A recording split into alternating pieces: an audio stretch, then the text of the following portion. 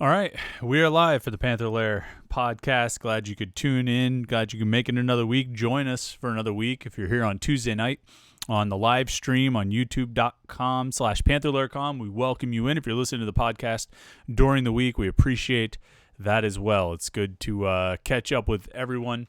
As I always say, I hope you can make it on Tuesday nights. I think we have a good time here on Tuesday nights. A little conversation back and forth. I always have things I want to talk about. I mean, I've got my notebook here. You can, just threw a pen on the floor. Sorry about that. I've got multiple pens, but I wanted to have this one available. this yellow capped pen from a courtyard somewhere. Can't really tell where. Almost every pen I have. I've got one from a Fairfield. I've got one from a Courtyard. There's a lot of cliches about sports writers. Liking Bruce Springsteen is certainly one of them. I don't fit into that. I like to try to avoid cliches about sports writers, but there are some that definitely are almost universal. And having a collection of pens from hotels is absolutely one of them. I've got this blue Fairfield pen. I've got this yellow capped Courtyard pen. I've got, let me see, a lot of pens in the old bag here. But what do we got? Oh, this was a fancy one from Marriott. This was a nice one. Here's another Courtyard, another Marriott. Oh, I got two of the same Marriott pens. I actually was sitting, who was I sitting next to at a game one time? I forget if it was a basketball or a football game. It might have been Alan Saunders. I was sitting next to Alan, and I looked down, and I'm writing with my pen, this blue Fairfield pen. And I'm writing, and I glance over at him, and he's right. He's got the same pen, and I don't even think I think it was a home game. It wasn't like we both stayed at the same hotel or something like that, and that was why. It was just you collect pens from hotels. They put them there. I don't think anybody really cares about the pens in hotel rooms, but sports writers do. And if you've seen my method of covering a football game and basketball as well, there's a lot of handwriting going on. A lot of guys don't still go for it. I do. I thought maybe I'd have one of my legal pads here. Man, I'll fill up legal pad pages with just notes and observations, and I do a lot of personnel stuff during football games. Basketball as well. We try and keep track of the lineups, who comes in, who goes out. Even all that stuff is provided to you after the game. I like to kind of keep track of it as the game is going on. You need pens for all of that. A lot of guys work on their computer. A lot of guys will just open up a Word document and start typing. It just hasn't worked for me. I'm used to writing. I've got my computer available. I'm ready to go when the game is happening, and I am writing stuff as the game is going on. But in terms of note taking, it's all with the pen. So glad I could pick that pen up. But anyway, I was saying, I have this whole note sheet full. Got to make sure there's nothing offensive you could see on this if you're watching the YouTube live stream here on Tuesday night. I've got this note sheet full of things I want to talk about, things I like to talk about, comments I want to make, or topics I want to get to. But at the same time, we also have the comment section here on the live stream. And this is what I think makes it most fun, is we can have some conversation, we can have some interaction, and there's people who are always in the live stream, sort of the regulars, and we hope to see them pop in. And if you are watching the live stream, you just have a comment or a question or a thought about Pitt sports, throw it in there, man, and we will converse. We continue to move forward through this spring of 2020, an unprecedented spring, if ever there were one, and really go back and forth. And I go back and forth. I wouldn't even say every other day. I go back and forth multiple times a day, kind of hovering between, or vacillating, I guess, between confidence that this season is going to happen, this football season in the fall, and then just sort of, I wouldn't call it abject fear or paranoia or anything. It's just uncertainty. You just don't know what's going to happen. Are they actually going to play football this fall? And it seems like every day or every few days you see something come out, and a coach or a college administrator or a conference commissioner or someone like this will say, yes, it's going to happen. We're gearing up for this. And you see the colleges even making a point to try and put themselves on some sort of timeline for when they're going to reopen. And I said this a couple weeks ago, and I think I said it here on the podcast. I know I said it in the 321 column, that, look, the key with college football is going to be having college. I just don't I can't imagine a scenario where they have remote learning, where they don't have kids on campus, where they're doing all their classes online, but they're going to have football games and they're going to have the football players on campus. I just can't envision that scenario for a lot of reasons. It seems hard to imagine. It seems to me that if you don't have college, then you don't have college football. And so I'm watching more than I'm watching what, John Swafford or Jack Swarbrick or, Mike Gundy or any of these people are saying. I'm interested. I'm going to follow those things. I'm going to follow what those guys are saying and the SEC. And I'm interested in all that stuff. And I'll read all those articles and I'll make note of them and I'll update my opinion with what those people are saying. But it's going to come down to those college presidents. For me, the most interesting thing is when I see Virginia Tech hopes to have a firm timeline set by the beginning of June, or this school says June 5th or June 1st or whatever date they set for themselves, that's when they're going to have a timeline, an idea of set of what the fall is actually going to look like. That's what's interesting to me. I want to hear from Patrick Gallagher more than I want to hear from Patrick Narduzzi, right? I want to, that's the guy I want to hear from. That's the guy whose comments are going to be most reassuring to me. And look, if they could have college in the fall and still have questions about what college football actually looks like. It doesn't necessarily, just because they can get kids together for maybe 20 in a lecture hall or 15 or 10 in one of the nationality rooms, doesn't mean they're going to be willing to put 40 or 50,000 people at Heinz Field, or 68, when Notre Dame comes to town. And so that's not the only bridge to cross, actually having college. That's not the only bridge to cross, but in my mind and for my money, it's the first bridge to cross. And so, but, it's all just waiting and watching, and we try and grasp onto anything we can find that'll give us some reassurance that college football is going to happen, or just any kind of like solid idea about whether or not it's going to happen. But we're all just in limbo. I mean, it's like everything else right now, right? We're just in limbo. You just don't know. You don't know what the next week is going to bring. I mean, I know my kids aren't going back to school until September, late August, hopefully. But you don't have any certainty about anything. And for those of us who care a whole lot about college football and plan a lot of our year around college football, and a lot of our professional and personal lives revolve around college football, it's a little nerve-wracking to not have any definitive answers on whether college football is, actually going to happen. Now, that said, there's still some things going on, and there's recruiting going on. And it's funny because we've had, we do these podcasts every Tuesday night. We release them every Wednesday. And in between these Tuesday podcasts, Pitt has gone on a recruiting run. 2 weeks ago, we had a Tuesday night podcast. I couldn't even tell you what we talked about on that one, because the next day they got like 4 commitments, and they got another 1 or 2 the day after that. And so by the time we got back to the following, to last week's podcast, there's 6 new commitments to talk about, 4 or 5 new commitments to talk about, or whatever it was. And the same thing has happened again, as Pitt got 2 more commitments on Thursday last week. The football team got 2 more commitments on Thursday last week. And, and I did a Thursday night special kind of emergency, but not emergency podcast. It was a recruiting reaction podcast, and it was a live stream. And we said, look, 9:00, man, we're firing up the live stream. Hope you can come in and join. We're going to talk about these new recruits that Pitt got, and it was fun to do that. And before we talk about these recruits, I mean, I should mention, if you are watching on the YouTube live stream right now, subscribe to the PantherLair.com channel on YouTube. I mean, it's not like subscribing to the website. You're not paying a subscription or anything like that. You're just clicking subscribe. And what that's going to do is let you get notifications when we go live. So if we have one of those out of nowhere live reaction, podcasts or live streams or whatever you want to call this, you'll get a notification about it in case you miss, if we send out a tweet about it or post on the message board that we're going to be doing this. You don't have to worry. You can get notifications sent right to your phone, through the YouTube app, and be like, oh, okay, I'm going to go hear what they have to say about this recruiting news that has come out. So, commitments last Thursday. And, there were 2, and there was one that was definitely bigger than the other.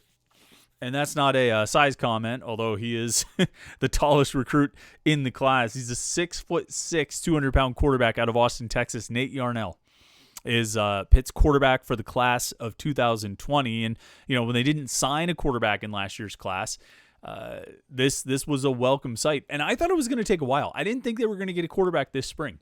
I think when you looked at some of the top targets they were after that Mark Whipple had offered either last summer or last fall or even through the winter, a lot of those guys just weren't really options for Pitt anymore. They'd either committed to other schools or they just, Pitt just wasn't going to have a chance at them. And so the more I looked at it, like I think I even wrote this in the 321 column on pantherlair.com in February or March, I thought, look, it's going to be until October, November, December before you see a real quarterback target emerge, because they're going to have to watch guys in their senior years, look for guys to break out, and then go find one of those kinds of quarterbacks. Well, the guy they got might actually be that guy who's going to break out as a senior. It just turns out that Pitt got him to commit, on the final day of April instead of waiting until November or December. And the thing with Yarnell, the legend of Nate Yarnell, that I've talked about this a few times. It's going to get repeated often as Pitt fans continue to talk about him, and assuming everything goes according to plan and he ends up at Pitt and everything, it's going to be oft repeated, this story. But he's a guy who wasn't the starter at his high school last season. And when he was a junior, he was behind a kid named Hudson Card, a 4-star prospect who signed with Texas. And, I don't know if he enrolled early and is already at Texas. Obviously, he's home now because everyone's at home. But Nate Yarnell wasn't the starter. He was the backup, and he was backup behind a 4-star kid who was going to Texas. Now, if you're a 4-star quarterback in the city of Austin and you're going to be a Longhorn, you probably have you've probably got some good pedigree, and so you could understand he was sitting behind a really good player. But Yarnell also got his opportunity and got to step in and start 6 games when Hudson Card got hurt, and the result was a 6-0 record for his team. Lake Travis, a high school with a really strong history of putting out Division I quarterbacks in recent years, really for the last decade or so. And he goes, 6-0 as a starter, wins 3 games in the playoffs, throws like 11 touchdown passes, 1,200 yards, somewhere around there. I mean, it's a strong program, strong team overall. And he was able to lead them all the way in, on a pretty solid playoff run, a deep playoff run, before Hudson Card came back and took over and, took the job and played the final couple games of the season. But Yarnell is really a case of Pitt getting in kind of ahead of the curve. He had about 10 offers, 12 offers, somewhere around there. I think Utah was his only other Power 5 offer. Houston was involved. But you didn't see a lot of, you didn't see hardly any Power 5 schools and really not a lot of the big-time schools that you would talk about. And so Pitt seems to have been ahead of the curve, which, let's be honest, if you're going to get a quarterback out of Austin, Texas, you're going to have to do something special. You're not going to be able to just walk in there and go after the top-rated guy in the city and offer him in the heat of the battle with Texas and Oklahoma and whoever else might be trying to recruit, particularly Big 12 schools. You're going to have to find an angle. You're going to have to find a way to work a little outside the norm. And recruiting a guy off basically 6 games of tape, at least 6 games as a starter, that's a little bit outside the norm. That's not your typical recruiting efforts. But Mark Whipple looked at Nate Yarnell's tape, sees the size, the frame, the arm strength, a little bit of mobility, a guy who can move around a decent amount. He says, you know what, I believe in this. I think there's something to work with here. I think we can make something out of this guy. And so he offers him and ends up getting a commitment. It would have been really interesting to see what would have happened with Yarnell's recruiting if this situation wasn't going on, if this emergency dead period from the NCAA and the pandemic wasn't happening. It'd be interesting to see how Yarnell's recruitment would have gone, because if he had gotten a chance to go out through prospect camps in the spring and gone to college prospect camps in June and worked out in front of coaches, there's a good chance he would have picked up more offers. That doesn't automatically mean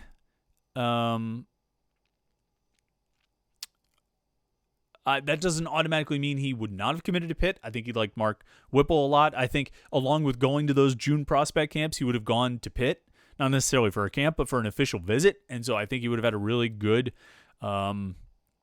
I think Pitt would have still had a really good chance of landing him, but this may have been a situation where you talk about forces colliding or circumstances coming together, and I think you really have this situation working in Pitt's favor to help them land this quarterback at this particular point in the recruiting process. And so, it's interesting to look at it from that perspective. And all these guys, Pitt's up to what, like 9 commitments now, 10 commitments? I should know this number off the top of my head, right? I mean, I cover recruiting. 9 commitments right now. They've gotten 6 this spring, and you wonder how it would have looked different if not for this situation. I'm not sure they would have gotten all 6 of these commitments this spring if not for this situation, because I don't know if the coaches are pushing harder for commitments. I don't know if the kids are just bored and so they're committing rather than waiting around to see if they're going to be able to take visits in June. I'm not sure, but I really think it's just such a different environment, such a different atmosphere of recruiting right now, that I think a lot of guys have changed their approach. You look at the commitments that Pitt has gotten, Nate Yarnell or, Marco Fugar, who committed the other commitment on Thursday, an offensive lineman out of Aquinas, big-time program in Fort Lauderdale. He was planning on waiting until June. Miles Alston, the wide receiver committed last week, we talked about him. He was planning on waiting until June. Jaden Bradley and Terrence Rankle, these guys weren't planning on committing in April. But when the situation changed and they weren't sure if they were going to be able to take visits in June, their approach to recruiting changed, and Pitt, at least, in these situations, has benefited. And Pitt's far from the only school that's getting that's benefiting to some extent out of this, because I think there are a lot of commitments. I think there are a lot more commitments happening. I think there were a lot more commitments in April across the country than what we've seen in recent years. I'd like to look and collect the data and see if anybody at Rivals has kind of put those numbers together, because I think this situation has just turned things upside down so significantly that guys are really reacting differently and handling the recruitment and making decisions in their recruitment a lot differently than they would have in prior years. And it's interesting to see. What comes next. And we'll talk about what comes next in a second. But I want to tell you about our friends at Goose Island. They hooked us up. We got the Solo. It's a 98 calorie IPA. I'm watching the figure. You can't see it below the camera. That's good. I don't want you to be able to see it, but we're watching the figure. Trying not to explode here during the quarantine. Trying not to eat too much. We got the Solo. It's a 98 calorie IPA from Goose Island. They've supported us a lot through the last couple of years on the podcast, and we appreciate their continued support. Solo, it's a nice, easy drinking IPA. It's not quite a session, but it kind of feels like a session a little bit. Low alcohol, low calorie, and if you know me, I'm a bit of a lightweight, so I like the session IPAs. So Solo is not totally up my alley, but it's a pretty good one to drink when you want to relax. The other beer I had, it was either this one or like an 8%, and I just don't know if the 8% are good for the podcast. Let's just say that. I don't know if they produce the best content when it comes to enjoying one during the podcast. But Solo, this is perfect. And it's Solo, like Star Wars, right? So getting topical on it here on Cinco de Mayo. But anyway, talking about getting a couple commitments last week, and Nicholas Timperio's in the comments. He said this might be a big football recruiting weekend, literally, with 2 guys deciding this coming weekend. And yeah, that's sort of the next big date to circle on your calendar. Now, I didn't see last week's recruiting outburst coming on Thursday, or the week before coming on Wednesday or Thursday. I didn't see those recruiting blow-ups happening. So that's not to say nothing will happen between now and Sunday, but look ahead to Sunday on Mother's Day, and there's 2 big potential commitments for Pitt waiting on the board there. And it's Brandon Honorable and Terrence Enos. I'm always bad with names, man. For so long I would always just write names down. I was always just typing names or, reporting on names. And talking about it more, I feel bad that I maybe mispronounce names, and I don't mean to, and I don't mean any disrespect by it, but yeah, either way, it's a big weekend coming up. 2 big offensive line targets for Pitt. Both of these guys high on Pitt. They've got offers from schools like Michigan State and some other Big Ten options. Both of these guys do. And they're going to be both making their commitments on Sunday for Mother's Day. Now, that's the plan as of Tuesday night. Things could obviously change on Wednesday, Thursday, Friday, and Saturday. And even on Sunday, there are a lot of opportunities for things to change between now and Mother's Day. But that's the plan for both of these recruits, to make their decisions on Sunday. And Pitt looks to be in pretty good shape with both guys.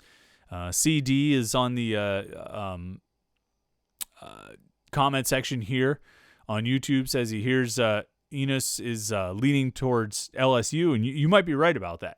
That's obviously a pretty appealing program right now, but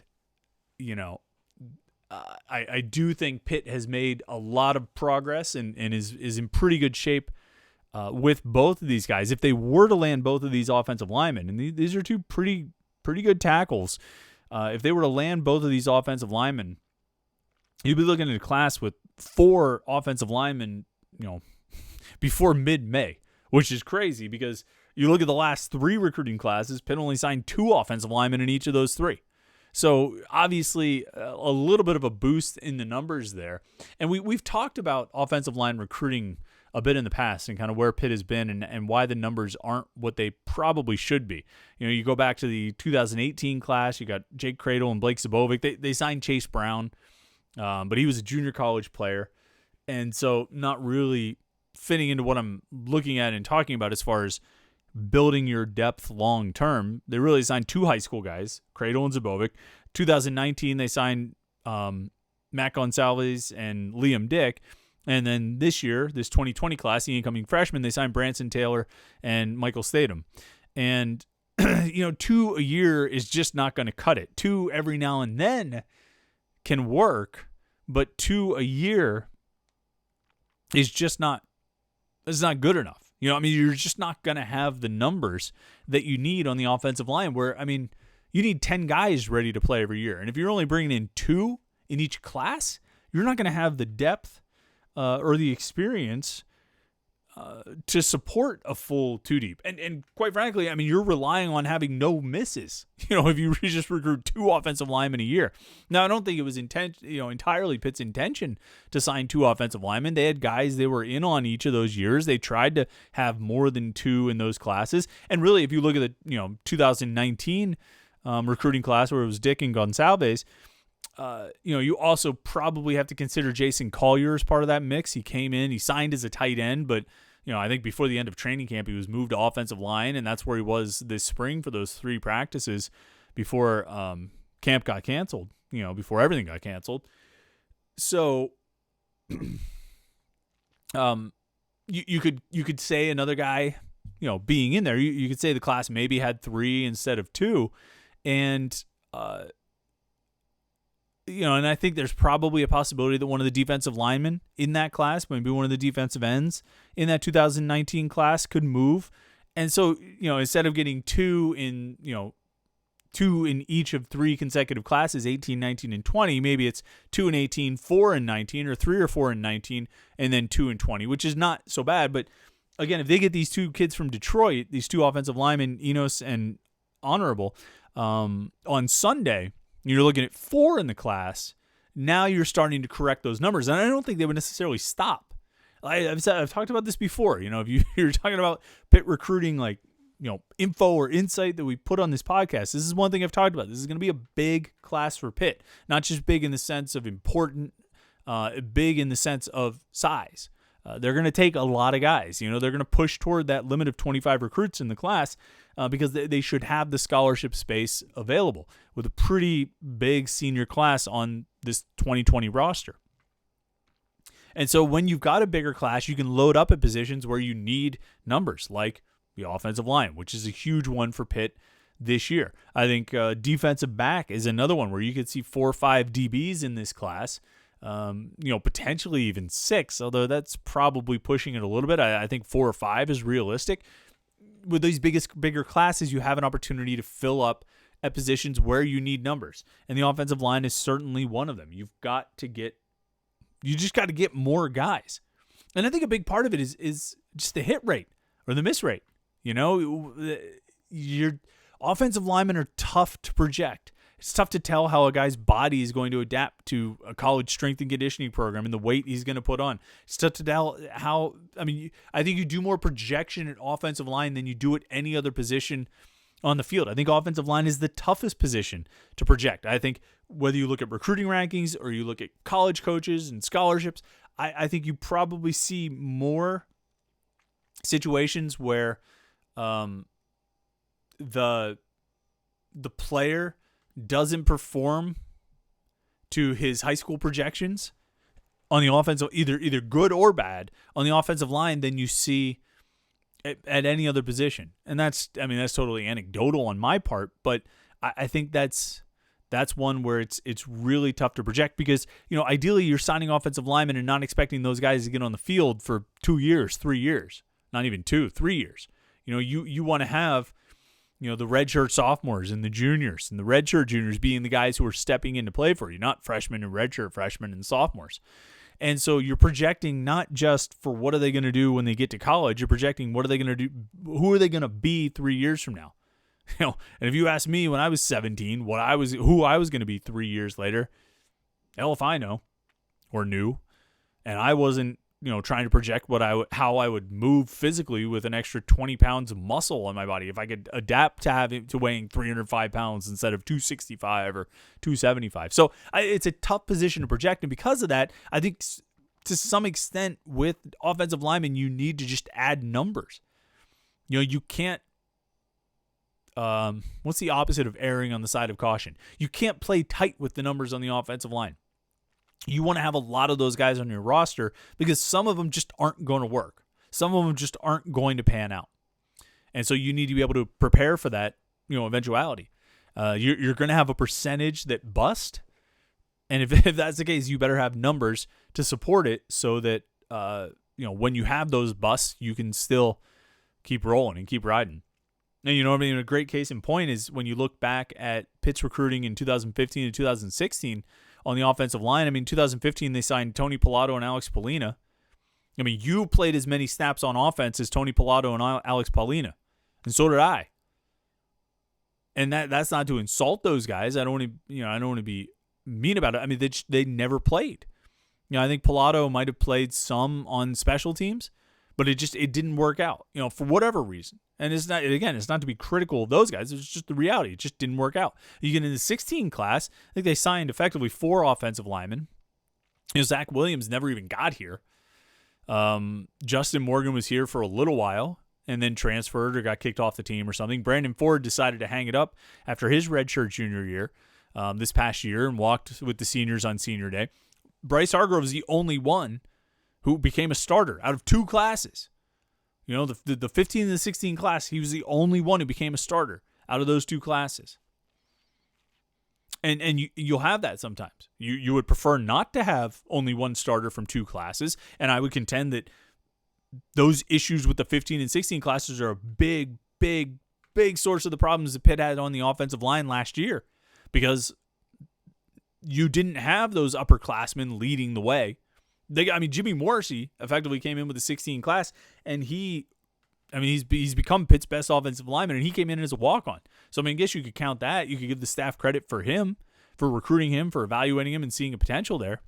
But, you're not going to rely on getting great walk-ons every year and having them earn a starting job as a redshirt freshman.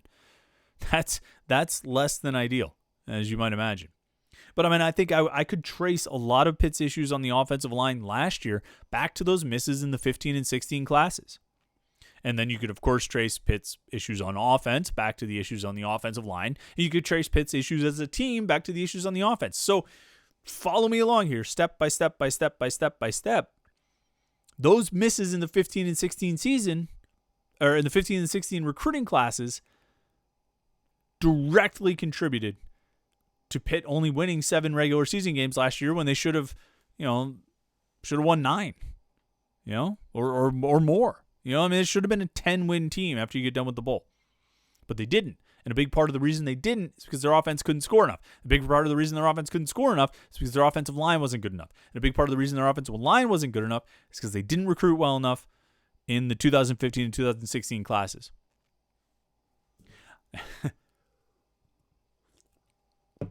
I always, and it doesn't happen as much anymore because I think there's become greater awareness of this. But I used to always face people, I'd run into people and they'd be Pitt fans and they'd be like, yeah, I'm a big Pitt fan. I just can't get into the recruiting stuff. I just don't care about it. Or I would hear like old-timey sports writers, just recruiting. That's not, talk to me when they get on campus or something. Talk to me when they actually do something. Well, okay, that's fine. That's great. But you know what?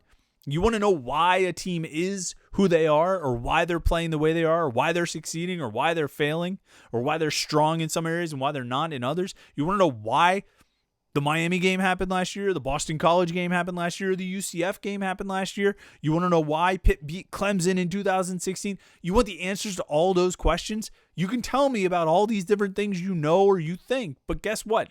It comes back to recruiting. Recruiting is where it is. And no, you don't get instant results out of recruiting. But 3 years later, you can look back and say, why did this season happen the way it did? Oh, because of the recruiting that happened 4 years prior to that, 3 years prior to that. That's where the answers always lie. You want to get answers about a team in college football and college basketball. The answer in any college sport, the answers are in recruiting. Speaking of recruiting and offensive line, I noticed something interesting this week, and actually this kind of ties into the recruiting is the origin of everything rant, which I haven't given that rant in a while. I could go much longer. I used to go much longer on that rant. I would really dig in, So I'm sparing you that, and I'm assuming that a lot of you have already heard that. If you listened to the podcast before, you read the website before, any of those things, I've had those. Those rants are old hat for me. I'm cutting it short, but I've been doing a series on PantherLair.com lately where I call it Anatomy of a Position, kind of looking at each position group on Pitt's 2020 roster and just saying, where did it come from? Like, how did it become how did it get to the personnel that they have? And, it's breaking down each of the recruiting classes at each position and looking at the roster and who's still here and who transferred and who got kicked out and, who graduated and all those things. And as I was breaking them down, and we kind of list the recruiting from 2016 through the 2020 classes, because those are the classes that should make up the 2020 roster, those 5 classes. And I broke them all down. I list them all out for each position. Here's what they recruited. Here's where those guys are. Are they still here? Do they leave, etc.? And the really interesting thing emerged. Offensive linemen, the Pitt's recruited since 2016. There were 16 of them. 16 offensive linemen Pitt has signed since the class of 2016 through 2020. 16 offensive linemen. Of those 16, 14 out of those 16 were 3-star recruits. The other 2 were 2-stars. Owen Drexel and Liam Dick were both 2-star prospects. The other 14 guys, all 3-stars. Not 4-stars. And there weren't that many 2-stars. There were only 2. Just all 3-star recruits. Now you compare that to defensive end, where from 2016 through 2020, Pitt has signed 15 total players. And as a brief aside, you've signed 16 offensive linemen, 15 defensive ends. Not defensive linemen, defensive ends. 15 defensive ends. Does that seem weird? This is not my point. This is not what I'm driving at. I have something else I want to talk about on this topic, but you need 5 offensive linemen on the field at all times, right? You only need 2 defensive ends on the field. Now you need depth at all those positions. So 5 times 2, 2 times 2, etc. But 16 offensive linemen and 15 defensive ends. I don't know, man. Not sure that math really adds up there.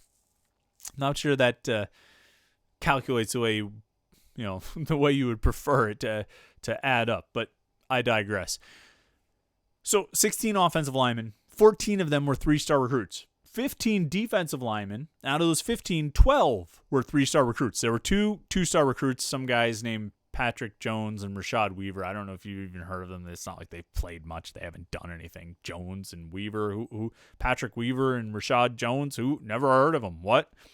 No, obviously those guys turned out to be pretty good. And then the other one was a 4-star, and that's Deion Hayes in this 2020 class. But 12 out of 15, 3-star recruits at defensive end. The offensive line, 14 out of 16. So my point is, vast majority, high percentage of the guys on the offensive line recruited since 2016 have been 3-star recruits, according to Rivals.com. And a vast majority, a high percentage of the guys recruited at defensive end since 2016 were 3-star recruits. All generally the same rankings.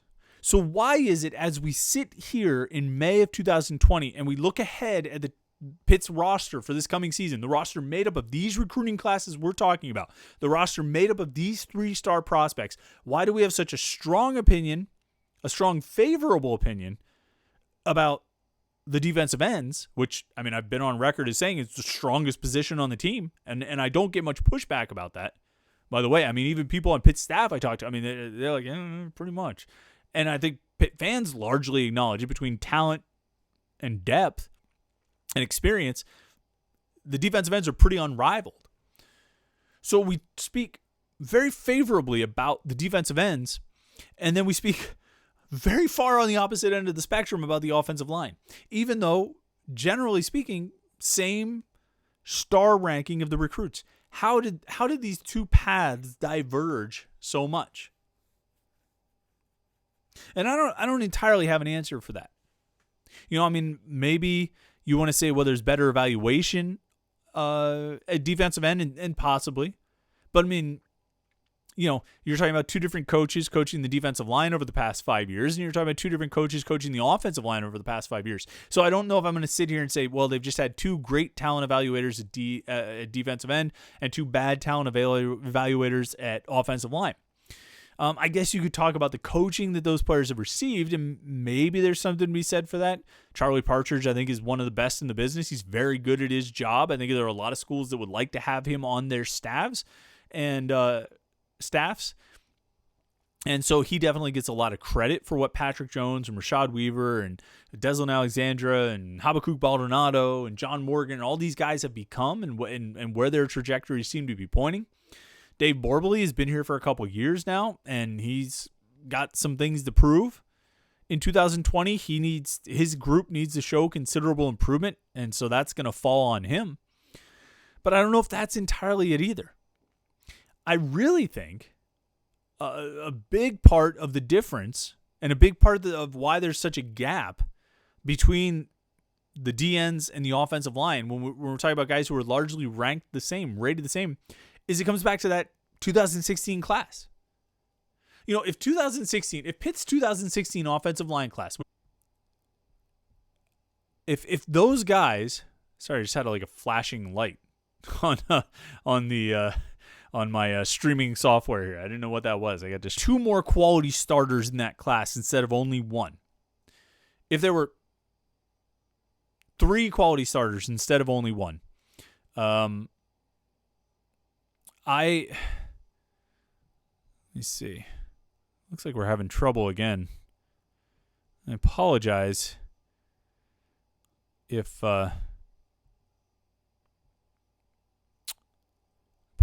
you're seeing the buffering. I'm not sure what the problem is with the stream. I don't know why this is happening. Let me see if we can fix the connection. I apologize on the connection there. There, we seem to have it put back in place. Sorry about that. On the podcast and also on the live stream. So I apologize if you're having some issues with it. But so that 2016 class, Justin Morgan, Zach Williams, Brandon Ford, and Bryce Hargrove. If you got one starter out of that class, if instead of getting one starter, you got 2 or 3 starters out of that class, and they were quality players. Those would be redshirt juniors last year. They'd be redshirt seniors coming into this year. You'd have a bunch of redshirt senior starters who probably would have improved the level of play last season by being experienced upperclassmen, presumably talented, and would, I think, create much higher expectations for this coming season.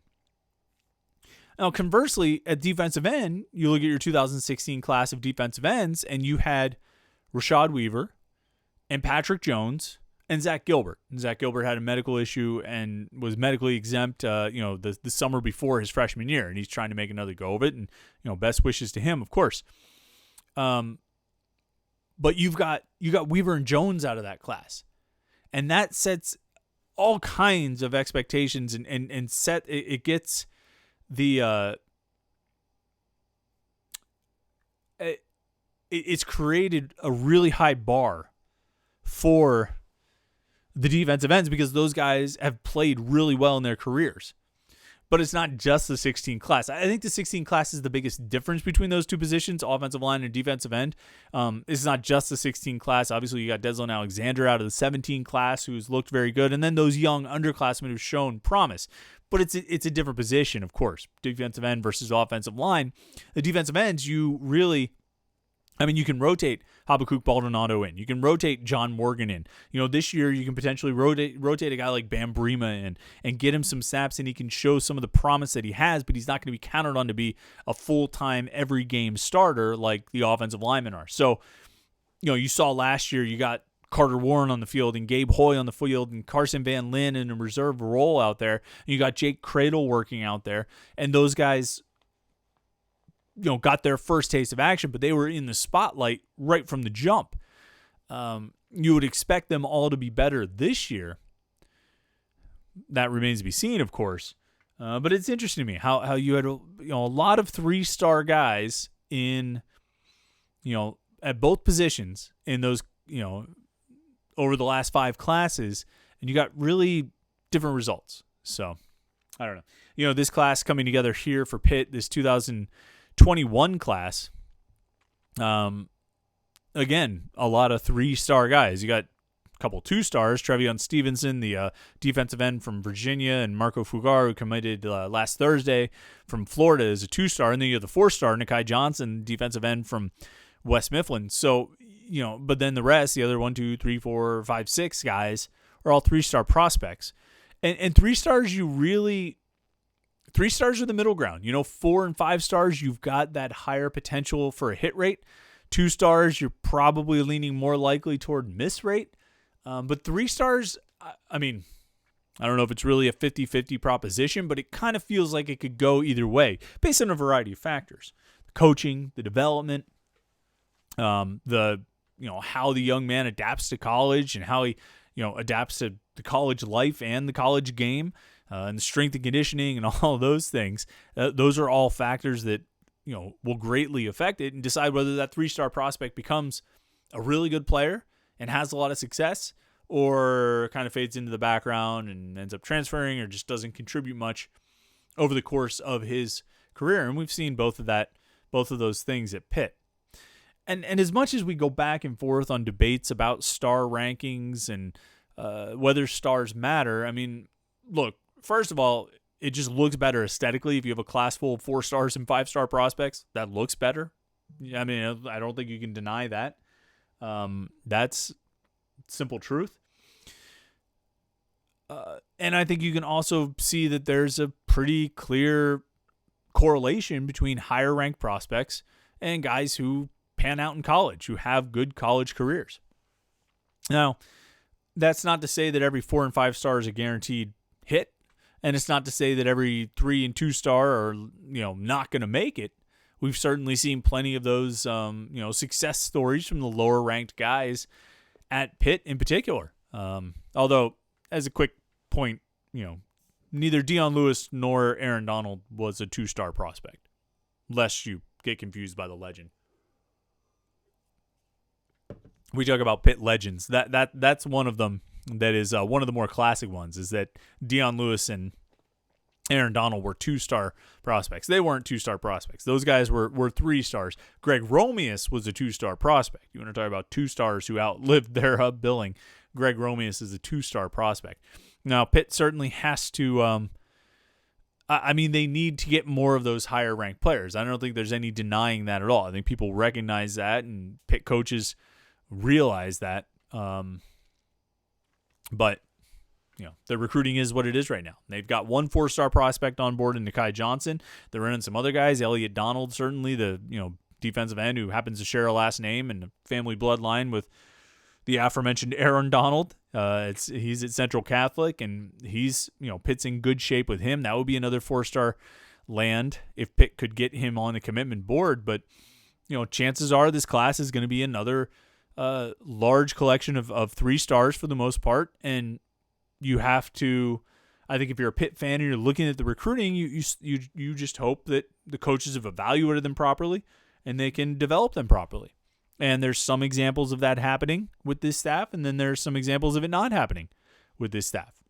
It remains to be seen what the future holds for some of these guys. Let's roll through, check the comments and questions. As we go here, D. Carps says, there's no depth on the offensive line. It's poor recruiting. They're relying on grad transfers to start at a position that takes experience. And the grad transfer thing is an interesting question. Yeah, they're after grad transfers again in this class. They've taken 3 over the last 3 classes. They had Brandon Hodges in 2017, who really didn't do much of anything. He started some and then rotated in at times. And then Stefano Millen from Kent State came with the 2018 recruiting class, or came for the 2018 season, I should say, as a graduate transfer, and I thought played pretty well at right tackle. He started every game, and I thought he did a good job for Pitt. And that was really a good land. And then last year you got Nolan Alizio, who again came in and started at right tackle, and wasn't great. I don't think he was great as as an offensive lineman for Pitt. He's playing in Canada now. I think the Winnipeg Blue Bombers signed him, but he had a problem with false starts, and you needed more. They were hoping for another Stefano Millen, and they didn't get him.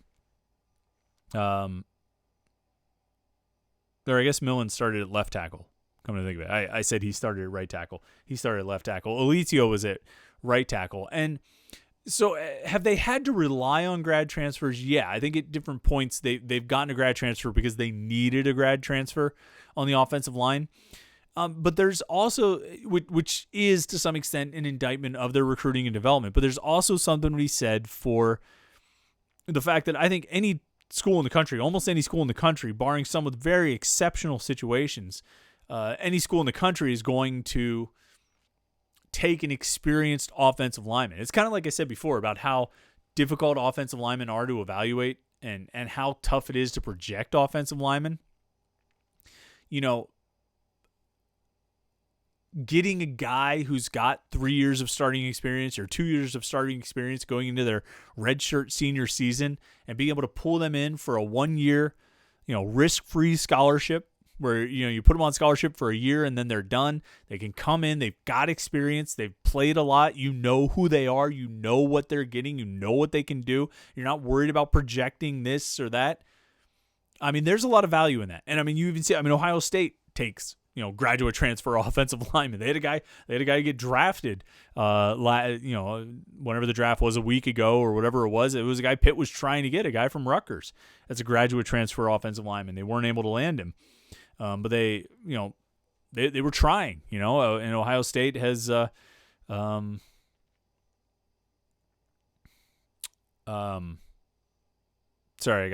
I get distracted sometimes when I look at the comments, and I'm going to answer some of these questions that are popping up here. But it's not just it's not an indictment on Pitt that they go after offensive linemen in the grad transfer market. Just because I think everybody does. Now there have been times when they've needed a grad transfer offensive lineman, when they've gone after a grad transfer because they didn't have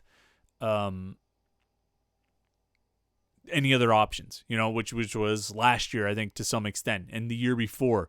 I think 2018, they needed a graduate transfer offensive lineman to come in and play left tackle because they didn't have anybody developed and anybody ready to go, again, which comes back to the 15 class and the 16 class and all these things like we talked about, and even the 14 class, because you had Mike Grimm, who was supposed to be a future tackle, and that didn't work. So the 18 class needed somebody like Stefano Millen to come in. Go to the comments here. Richard Tenza says, how can Dave Wanstead get top 15 classes but not any other coaches? What has changed? Well, I don't think Dave Wanstead ever got a top 15 class, Richard. You know, I think if you go look, I don't think he got any 15 classes.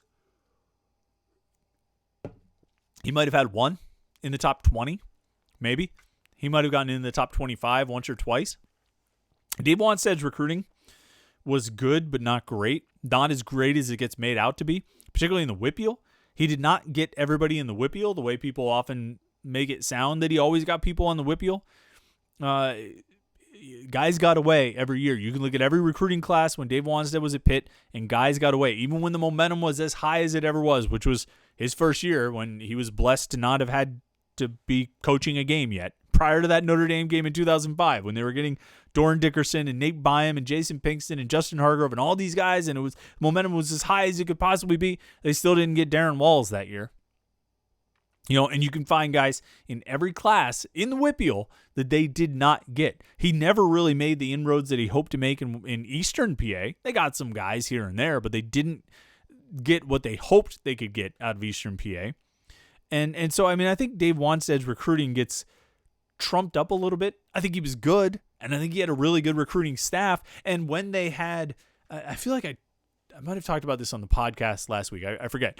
But when they had that magic combination of post-2009, where they had success on the field, they had a 10-win season, and they had a really good recruiting staff, then they were putting together a class that potentially could have touched the top 15. But otherwise, it never happened. At least not that I can remember. Royce Beacom says, still seems to be a problem with the rating system once they've identified the super recruits, the 4 stars and the 5 stars, then who should be a 3-star or a notch lower. Yeah, and I think it's probably tricky. You know, I think it's tricky differentiating between the 3 stars and the 2 stars. I think sometimes you end up maybe measurables end up being a difference between a 2-star and a 3-star. I think there are little things that separate. The analysts try to look at everything they can. They gather as much information as they can. Try to make an informed decision on who deserves to be ranked a little higher and ranked a little lower. And, you know, it's tough. You know, it's not an easy job. I don't envy those guys their job, but I appreciate that they're willing to put the stars on the recruits and give us all something to talk about, right? We can reference a guy as a 3-star prospect or a 4-star prospect, and, you know, it makes it you can kind of compare it across recruits. Even if you don't agree with, say, the analysts at Rivals.com or the analysts at another network or the analysts here or there, if they're consistent within their system, and I think all the analysts at Rivals.com are consistent within their ranks, then you can at least compare and say, well, this guy was ranked higher than that guy. You can say, well, that network ranks him higher or this network ranks him lower. But if you look within the network, you can kind of find comparison points. All right, last question from the live stream, Jeff Meyer. Chris, what's the deal with Elliot Donald? I think he's still high on Pitt. I think Pitt has a great chance of landing him. I think this – I do think this pandemic and emergency dead period has thrown his recruitment into a bit of a – not a tailspin, but it's put it on hold. He was planning to take some official visits this spring, you know, but I think by May 5th, he would have already had at least 1 official visit done, if not 2 and possibly 3. He was planning on getting to some college campuses during the spring, during April and May, and then probably go to Pitt in June. Then I think Pitt would have a good chance of landing him after that. But with the visits on hold, and I think there's still a possibility visits could happen in June, at which point I think he would like to go out and see some schools like LSU. You know, I think he's waiting to find out if he's going to be able to do that. That's just my guess. That's my kind of take on that situation. Just kind of talking to different people and reading the tea leaves and that sort of thing. Make sure you go check out the website, panther-lair.com, pittsburgh.rivals.com. That's the most comprehensive source of Pitt sports news on the internet. We have football, we have basketball, we have recruiting, covered all there at panther-lair.com. And, of course, we have message boards. We're all day, every day, all week, all night, whatever it is, we're on the message boards talking about Pitt sports. And so it's like this podcast, it's like this live stream. We have these comment sections, or sometimes people will be tweeting. You know, we'll have interactions on Twitter. the message boards are really the epicenter of it all, man. I mean, that's where all day, every day, I'm going on the message boards to find Pitt conversations to have and interact with people on the boards and talk about Pitt sports. So you're a Pitt fan. That's why you're watching this live stream. That's why you're listening to this podcast. You wouldn't be doing this if you weren't a Pitt fan. So you need to go on the message boards at panther-lair.com for the best online community of Pitt fans. So hundreds and thousands of your closest Pitt fan friends talking about Pitt sports on there all day, every day. What could be more fun than that? So go check that out. Make sure you stay tuned throughout the week. We have our 3-2-1 column on Friday. That's 3 observations, three things we know, 2 questions we have, 1 prediction we'll make. So you can go check that out at pantherlair.com. That's always free, so look for that on Friday morning. We hope to be back with our Conversations podcast this Friday. Have a conversation with a former Pitt player. Got a couple things lined up. Hope they come to fruition. I think you'll enjoy it. And so those podcasts in the past, Tyler Palco and Scott McKillop and Lateef Grimm and Pat Bostic and Jeff Capel, we've had some really good guests and got some great conversations. And so it's been a lot of fun talking to those guys, and I think people have enjoyed listening to those. So make sure you keep an eye out for that. And then, of course, Saturday morning, 8 a.m., I almost said 8:30, 8 a.m. to 9 a.m. on 93.7 The Fan, we have the Panther Lair show. No, Panthers Insider show. I get the name mixed up. Panthers Insider Show on 93.7 The Fan, 8 a.m. You can tune into the radio and hear some Pitt talk, right? You like to hear Pitt talk on the radio. I know Pitt fans always say that, so that's what we're there to do for you. So go to check out 93.7 The Fan on Saturday morning at 8 a.m. Is there anything else I want to tell you about? I think that's just about it. Come back here on Tuesday night at 8:30 p.m. next week. We'll have plenty more Pitt conversations to talk about. We'll find things to talk about. Even if you feel like there's nothing going on, we'll find things to talk about, promise, because we can always find a conversation topic. So thanks again for tuning in here on Tuesday night on the live stream. Thanks again for listening to the podcast. Hope you have a great week, a healthy week, a safe week, and we will talk to you again sometime soon.